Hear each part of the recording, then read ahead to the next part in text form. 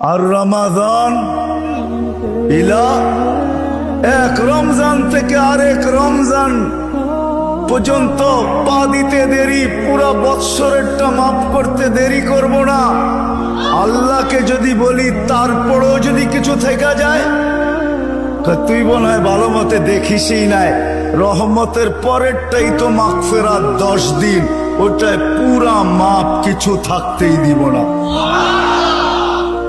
আল্লাহকে যদি বলি কিছু তো থাকুন রইল না, ভাবলাম বুঝলাম কিন্তু গাট্টি তো হইল না। গাট্টি বোঝেন? মনে হয় বোঝেন না। কি বুঝছেন? যা কামাইছেন তা খাইছেন, খরচ হয়ে গেছে, কিছু গাট্টি আছে নাকি? হ্যাঁ, কি গাট্টি আছে? মাফ হয়ে গেছে, ঠিক না? গাট্টি তো নাই, আছে। আল্লাহ বলে গাট্টি ভালো তো বাসি, গাট্টির প্রশ্ন চল শেষ 10 দিনে রেখা দিছি।